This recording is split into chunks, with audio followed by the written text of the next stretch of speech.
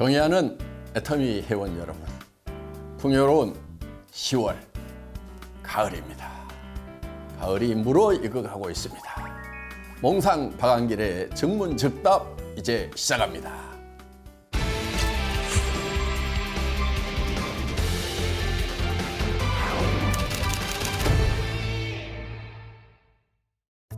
회장님, 사과를 직접 작사하신 게 사실인가요? 네, 사실입니다. 사과를 공모전을 한번 했었어요. 많은 분들이 응모를 해주셨고 그 중에는 제법 좋은 작품, 수작도 없지가 않았습니다. 그런데 글로서, 작품으로서는 상당히 우수했지만은 우리 애터미를 표현하는 데 있어서는 뭔가 조금은 미흡하다 싶은 그런 생각이 들었습니다. 그래서 그때 많은 분들이 응모를 해주셨는데 그 중에서 선정을 못하고 할 수 없다. 내가 작사를 하자. 그래도 애터미는 내가 창업을 했고 어떤 정신으로 만들었는지에 대해서 제가 제일 잘 아는 사람이기 때문에 제가 하는 것이 낫겠다. 그래서 부족하지만은 제가 작사를 하게 됐습니다. 그런데 괜찮지 않아요? 사과를 보면은 사랑하는 이 있기에 가슴 뜨거운 우리, 이렇게 시작이 되죠. 그건 저의 심정입니다. 또 우리 많은 사업자분들의 가슴 안에 품고 있는 가장 깊은 내면의 세계라고 생각을 합니다. 정말 우리가 살아가는 원동력 중에 하나는 사랑하는 사람들이 있기 때문에 그분들을 위해서 내가 뭔가를 더 해주고 싶은 그 간절함, 그 사랑이 있기 때문에 우리는 삶의 원동력이 되고 힘이 되지 않는가, 이렇게 생각을 합니다. 그래서 사랑하는 이 있기에 가슴 뜨거운 우리. 그런데 지난 세월 그 사랑하는 이들을 위해서 우리가 뭔가 열심히 노력을 해왔지만은 바라는 만큼 이루지 못했던 그런 부분들이 많이 있었습니다. 우리는 지난 세월 동안 막연하나마 이런 일거리가 있었으면 좋겠다, 이런 회사가 있었으면 좋겠다 하는 생각들을 해왔습니다. 저도 이 회사를 만들기 전에 저는 경영자보다는 사업자를 하고 싶었습니다. 그래서 제 마음속에 누군가 이런 회사를 하나 만들어줬으면 좋겠다. 그러면 내가 사업자로서 열심히 뛰겠다 하는 것을 제 머릿속에 구상을 하고 이 회사 저 회사를 찾아다녔습니다. 그런데 제 머릿속에 구상하고 있는 그런 회사는 이 세상에 존재하지를 않았었습니다. 그래서 할 수 없이 제가 이 회사를 만든 겁니다. 그렇기 때문에 지난 세월 정말 그리고 찾아서 헤매던 그 회사가 바로 애터미라는 겁니다.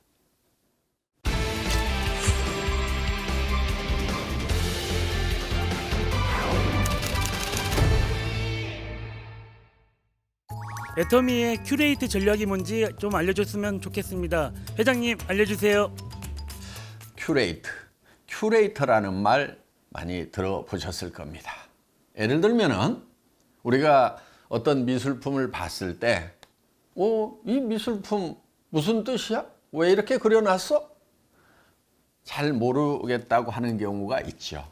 그런 경우에 미술 전문가가 이 작품에 대해서 설명을 해주거나 또 이 작품이 얼마나 유명한 사람이 그린 건지, 또 어떤 어디에다가 포인트를 두고 감상을 하는 것이 좋은지, 이 부분이, 이런 부분이 내포하고 있는 의미는 어떤 건지, 이런 것을 설명해 주기도 하고, 또 예를 들면 그것을 사서 소장했을 때 앞으로 가격이 올라갈 건지 떨어질 건지 뭐 이런저런 얘기를 해서 우리가 미술품을 감상하거나 어떤 미술 작품을 살 때 도움을 줄 수 있는 사람, 그런 사람을 큐레이터다 이렇게 얘기들을 하고 있죠.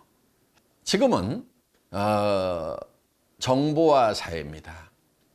그런데 이 정보화 사회가 이제 완숙기에 들다 보니까 필요한 정보만 오는 것이 아니고 정보의 물결이 넘쳐가지고 이 정보가 쓰나미처럼 몰려오는 겁니다.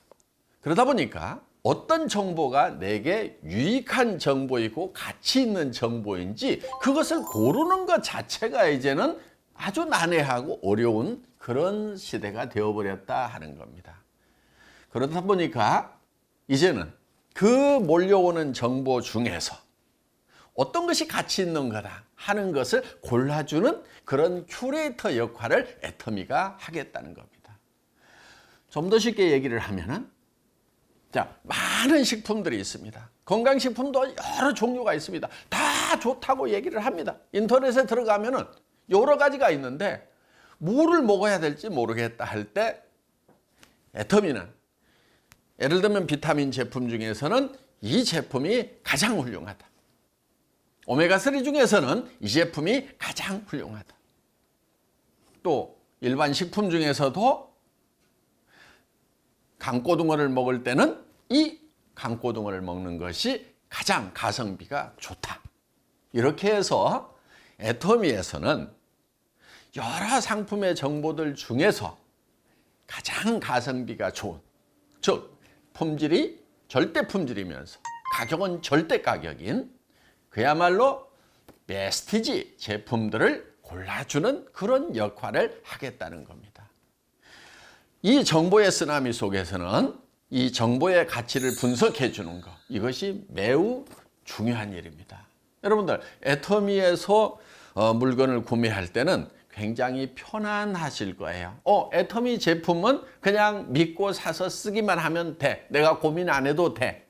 이게 애터미가 하는 중요한 서비스 중에 하나다 하는 겁니다. 그런 역할을 애터미가 아주 충실하게 잘 하겠다 하는 그런 의미로 생각을 하시면 좋겠습니다.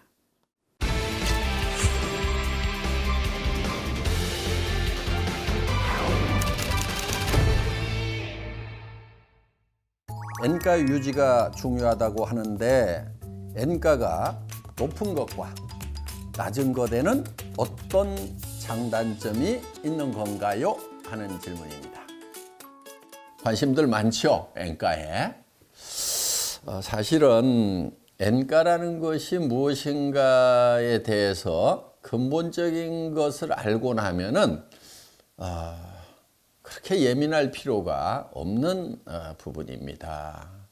여러분들이 관심을 가져야 될 부분은 어떻게 보면 총 매출, 그리고 총 매출에서 사업자들에게 몇 프로가 풀리는가 하는 거예요.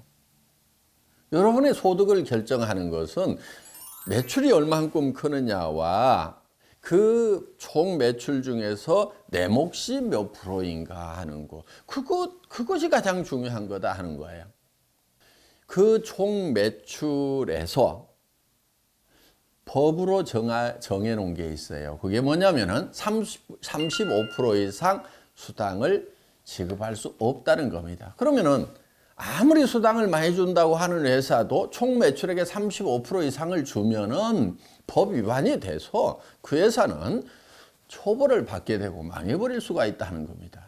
자, 그러면은 총 매출에서 35% 가까이 드린다고 하면은 그거는 여러분들에게 수당을 어떤 회사보다도 많이 드리고 있다. 아니, 최고로 많이 준다고 하는 회사만큼은 최소한 드리고 있다 하는 겁니다. 그럼 N가라는 것은 무엇입니까? N가라고 하는 것은 그 35%를 이제 사업자들이 나누어 갔는데 직급자가 많이 나왔어. 같은 매출액에서. 그러면은 N가는 좀 떨어지겠죠. 그럼 직급자가 많이 나오는 게 좋습니까? 적게 나오는 게 좋습니까? 그럼 좀 헷갈리죠? 많이 나와서 엔가가 떨어지는 게 좋은가? 적게 나와서 엔가가 높은 게 좋은가? 자, 그거는 이제 수당 체계는 마치 어떤 고지를 올라가는데 계단과 같다 이렇게 보시면 됩니다. 이 계단의 크기를 어떻게 하느냐? 계단을 높이 했어. 한 단의 높이를 높이 했어. 그러면은 올라가는 데는 힘들겠죠. 그런데 어렵다 보니까 거기에 올라오는 숫자가 적으니까 그거를 나눠 갖는 사람의 몫은, 한 사람 한 사람의 몫은 당연히 크겠죠. 계단을 아주 높이를 적게 했어. 그러면은 누구나 쉽게 올라갔어요. 그러면은 쉽게 올라갔기 때문에 거기에 많이 올라와 있다 하는 거예요. 그러면은 엔가는 어떻게 될까요? 떨어진다 하는 겁니다. 엔가를 높이는 방법 아주 쉽습니다. 어떻게 하면 됩니까? 직급 승급하는데 매우 까다롭게 해서 승급자를 극단적으로 제한하면은 엔가는 엄청 올라갈 거다 하는 거예요. 그러면 엔가가 올라가는 게 좋습니까? 내려가는 게 좋습니까? 정답. 적당한 게 좋습니다. 애터미는 어떻게 보면 엔가가 좀 높은 편이었어요. 제가 가끔 사업 설명할 때 우리 엔가가 좀 떨어져야 되는데 안 떨어지는 거 나도 신기하다 하는 그런 얘기를 좀 드렸던 적이 있을 겁니다. 그거는 어떻게 보면은 너무 과열 현상들이 있었고 그러다 보니까 이제 직급 승급을 하는데 어떤 제한 제도를 이제 두었고 제한 제도를 두다 보니까 승급자가 매출에 비해서 적게 나오고 그러니까 엔가가 높아지거나 또 유지가 되는 거죠. 여러분들 엔가에 대해서 여러분들이 너무 신경 쓰지 않아도 된다. 이렇게 생각을 하시면 될 것 같습니다. 혹시 제가 35%를 안 주고 25%만 주고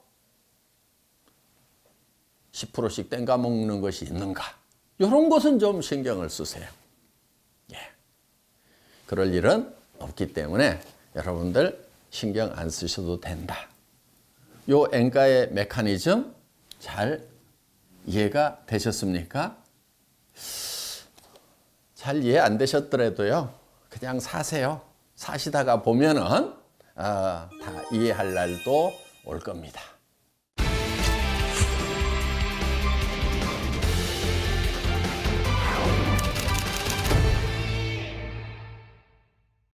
지난 9월 한 달은 앱솔루트를 통해서 많은 승급자들이 나왔습니다. 애터미가 한 단계 높이 도약하는 달이었습니다.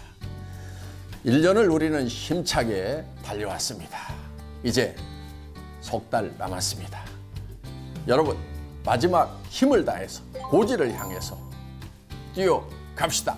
10월 화이팅!